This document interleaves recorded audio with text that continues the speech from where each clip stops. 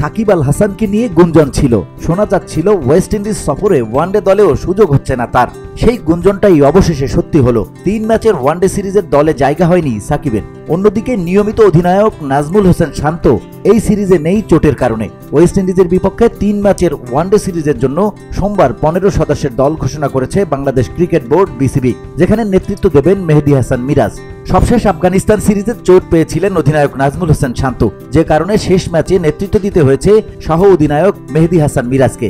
ধারণা করা হচ্ছিল ওয়েস্ট ইন্ডিজ সফরে ওয়ানডে দিয়ে ফিরবেন শান্ত, এবার হচ্ছে না সেটিও। চোট পুরোপুরি সেরে না ওঠায় চ্যাম্পিয়ন্স ট্রফির আগে তাকে নিয়ে ঝুঁকি নিচ্ছে না বিসিবি, যে কারণে টেস্টের পর এবার ওয়ানডে স্কোয়াড থেকেও ছিটকে যেতে হয়েছে শান্তকে।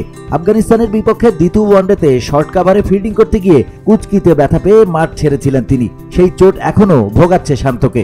উল্লেখ্য, ওয়েস্ট ইন্ডিজের বিপক্ষে 2 ম্যাচ টেস্ট সিরিজ এখন চলমান। এই সিরিজ শেষে ওয়ানডেতে মুখোমুখি হবে দুদল।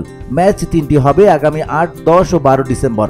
বাংলাদেশের ওয়ানডে একাদশ: মেহেদী হাসান মিরাজ অধিনায়ক, লিটন কুমার দাস, তানজিদ হাসান তামিম, সৌম্য সরকার, পারভেজ হোসেন ইমন, মাহমুদুল্লাহ রিয়াদ, জাকির আলী অনিক, আফিফ হোসেন ধ্রুব, রিশাদ হোসেন, নাসুম আহমেদ, তাসকিন আহমেদ, হাসান মাহমুদ, শরীফুল ইসলাম, তানজিম হাসান সাকিব এবং Nahid Rana. VOD Bangla news desk.